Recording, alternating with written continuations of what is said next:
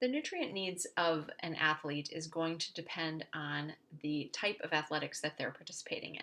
We're going to talk specifically today about three different types of athletics. The first one being endurance. An endurance event is something that lasts somewhere between 30 minutes to 4 hours. An ultra endurance event is considered greater than 4 hours long. These are activities like running, cycling, swimming, or Nordic skiing. Then strength and power is an event that is something that requires exertion of about 1 to 5 minutes. Those are explosive track and field events, weightlifting, gymnastics, or wrestling are some examples of strength and power activities. And then lastly, team sports. So team sports can be a combination of both endurance and strength. Those might be activities like football, baseball, hockey, soccer, volleyball, basketball, rugby, or lacrosse. They often require quick bursts of energy with a period of rest in between. And the position of the player in each of those sports is going to have an impact on their nutritional needs as well because of the ratio of endurance to strength.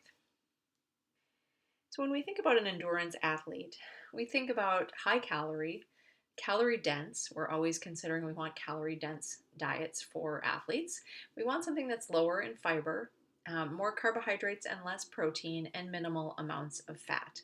In general, from a percentage standpoint, we're thinking about 55 to 70% of their diet coming from carbohydrates, about 15% from protein, and somewhere between 20 to 30% from fat. There's a second way to look for every athlete. There's a second way to look at their nutrient needs. We have, as we've been talking about non-athletes, we've been thinking about those percentages of carbohydrates, proteins, and fats. And we can still look at a nutrient plan for an athlete looking at those percentages, but we also need to consider, are they getting adequate quantity of nutrients in order to reach peak performance? So another way to look at nutrient needs is grams of carbohydrate and protein based on an individual's body weight. So for an endurance athlete, we recommend 6 to 10 grams of carbohydrates per kilogram body weight and 1.2 to 2.0 grams of protein per kilogram body weight. These are some pretty big ranges, so we will look at the individual, their health status, their fitness requirements. There's a lot of factors that will go into it, but these are the ranges that we're aiming for an endurance athlete. For a strength and power athlete, some specific goals are getting enough calories and increased amounts of protein. So we're aiming for about 50 to 60% carbs, still looking at 15% protein, but those grams are going to increase, and about 20 to 30% of fat. So we can see, again, similar to endurance, somewhere between 6 and 10 grams of carbohydrate per kilogram body weight, but our protein needs have increased to 1.4 to 2.5 grams of protein per kilogram body weight. And then for team sports, similar needs to endurance and strength, again, depending on the sport and the player's position.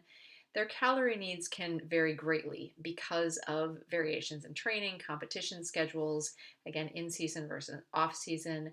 There's a number of factors that we're going to be considering when looking at specific calorie, carbohydrate, protein, and fat needs for an athlete. I also want to talk a little bit more specifically about carbohydrate and protein foods and where they're coming from and some of the benefits of the carbohydrates. Carbohydrates digest and absorb quickly by muscles because they're glucose, they break down quick. They help to spare muscle glycogen for exercise. It's our primary source of energy for anaerobic and for prolonged high intensity aerobic activity.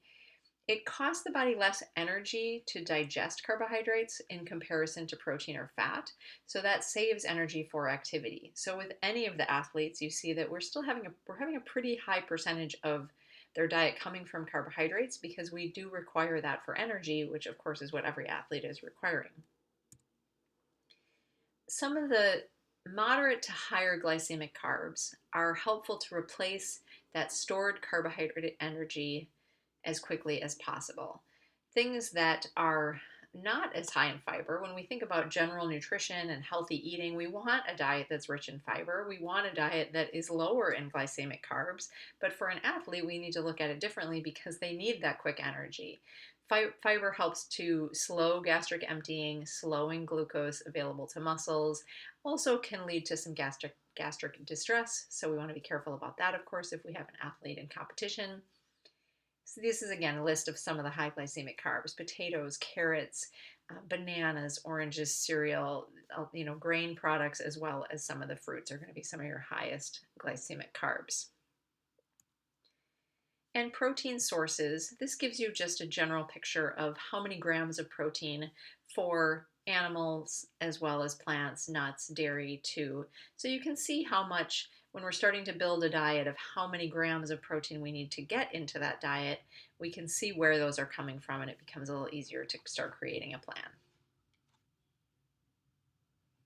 So every athlete, we have to consider their sport, what specific their needs are, and then do our calculations and create an eating plan based on that information.